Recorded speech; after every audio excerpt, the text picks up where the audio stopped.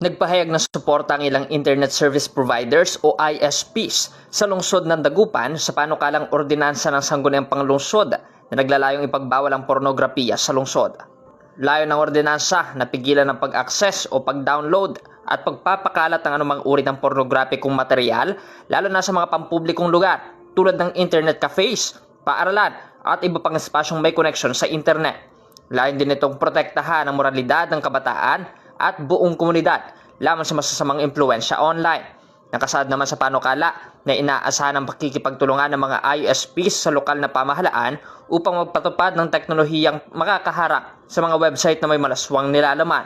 Gayunman, inamin ng mga ISP na may mga technical at legal na limitasyon sa ganitong uri ng pagharang. Lalo na't may mga pagkakataong lumalampas sa kontrol nila ang ilang online platforms na gumagamit ng mga encryption o dynamic URLs. Sa kabila niyan, bukas naman ang mga internet service providers na makipagdialogo at pag-aralan kung paano may sasakatuparan ang mas mahigpit na kontrol sa pornografiya.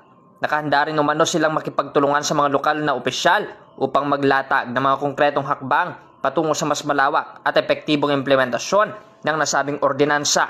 Sa ngayon, patuloy pang tinatalakay sa konsehong panukala at inaasahang magkakaroon pa ng mga konsultasyon bago ito tuluyang maisabatas.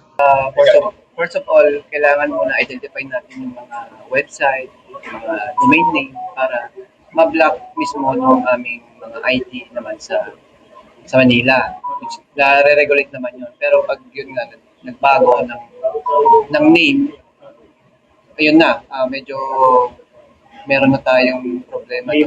May name na tayo. Hindi na, kailangan nilang ibigay na naman sa amin ulit yung mga domain name na yun para ma-block ulit na. Yes. Hindi na siya makokontrol actually. Kumbaga, kay end user nang gumawa nun eh. Wala na si ISP. Ma-block, yes. Yun na po, wala na po tayong magagawa other than that.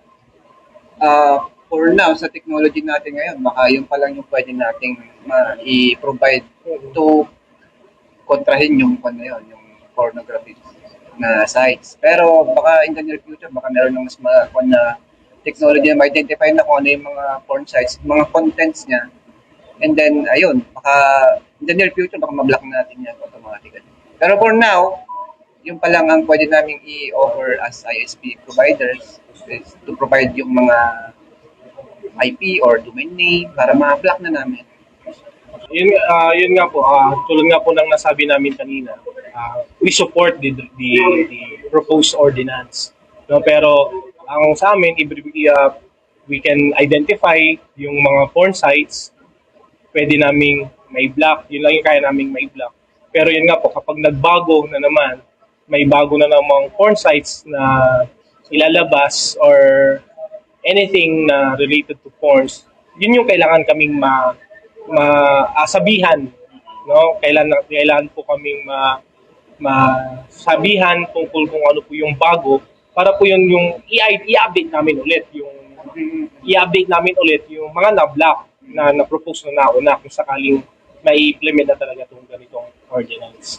Pero yun nga po, regarding the applications na mostly sa applications na tayo, siguro yun yung may limit na kami kasi it's on the nag-oversee ng mga applications. Actually, si ISP wala nang control sa mga applications. So, si applications like WhatsApp, Messenger, Telegram, and we have no control with that.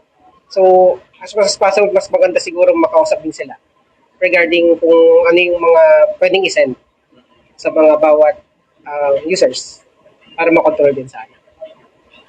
Para sa programang Zona Libre, Patrol numero 4, Bombo Justin Ramos nag-uulat. This is Bombo Radio Philippines, the #1 and most trusted source of news and information. Basta Radio, Bombo!